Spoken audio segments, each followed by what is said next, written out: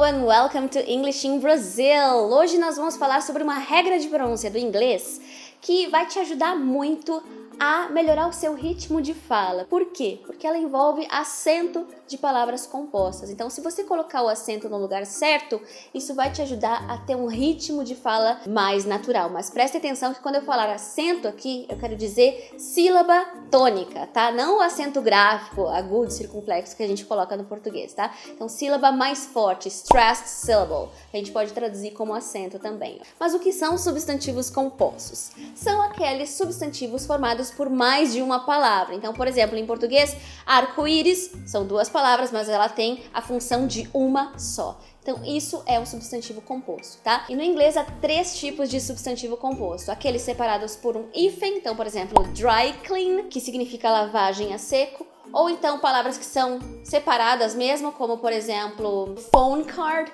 cartão de telefone, são 2 palavras separadas, ou até sem separação nenhuma, como por exemplo bedroom, então quarto, né? Então é bed de cama e room de cômodo da casa, então bedroom também é um composto. Mas então vamos logo para essa regra da acentuação. Ela é muito simples, tá? A regra é, você vai acentuar o primeiro elemento desse composto. Então, por exemplo, phone card, né? Cartão de telefone. Você não vai falar phone card, acentuar a segunda palavra da sequência. Você vai acentuar a primeira. Phone card.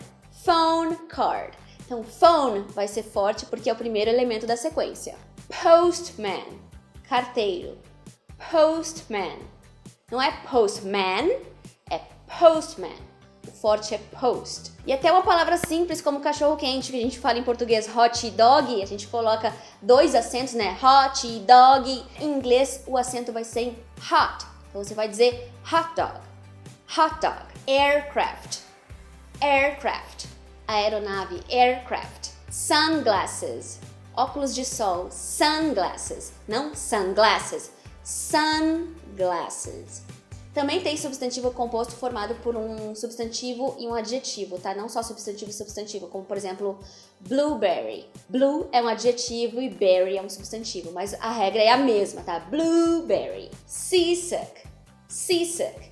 Então, enjoada do mar. Sea, substantivo, sick, doente, adjetivo, mas a regra também é a mesma. Seasick. Seasick. Car wash.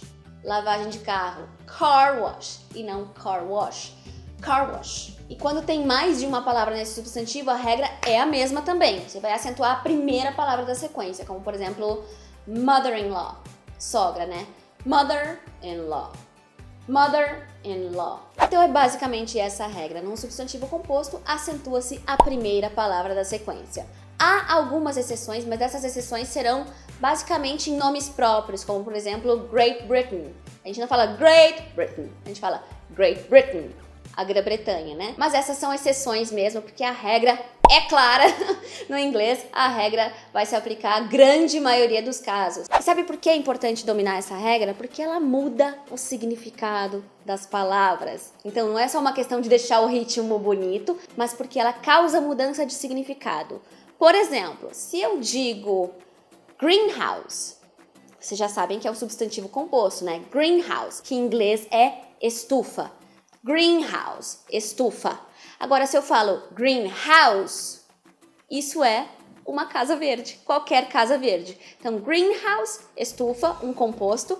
Greenhouse, 2 palavras. Quando o acento está no house, aí significa que são 2 palavras e é uma casa qualquer que seja verde. White House, substantivo composto, então é a Casa Branca, aquela lá onde o presidente fica. Então, White House. Agora, se eu disser White House, com acento no house, isso significa qualquer casa que seja branca.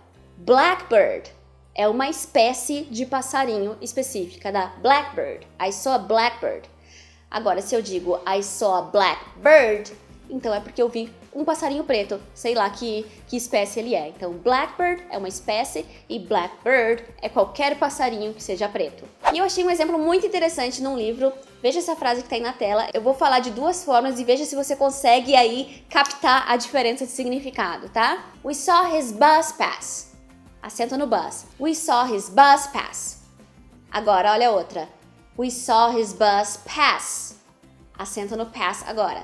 We saw his bus pass. Então, qual a diferença entre essas duas frases? Bem, quando eu coloco o acento no bus, bus pass. Então, você já pode imaginar que isso é um composto, que ele está seguindo a regra da língua, né? Tô colocando o acento na primeira palavra da sequência. Então, bus pass é a passagem de ônibus. Então, nós vimos a sua passagem de ônibus. Agora, quando eu falo we saw his bus pass, o pass já vira um verbo. Então, nós vimos o seu ônibus passar.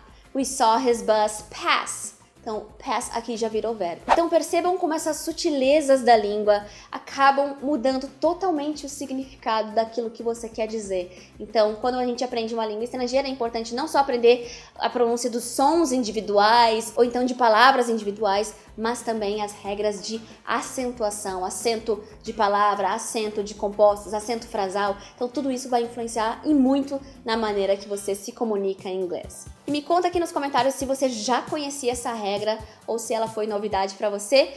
Deixem mais exemplos aqui também nos comentários, caso você lembre de mais algum. E não deixem de me seguir também no Instagram, porque eu já tinha dado essa dica lá no Instagram e eu me inspirei a fazer esse vídeo porque muita gente falou, nossa, eu não sabia disso. Então me sigam lá porque todos os dias eu marco presença no Stories, dando alguma...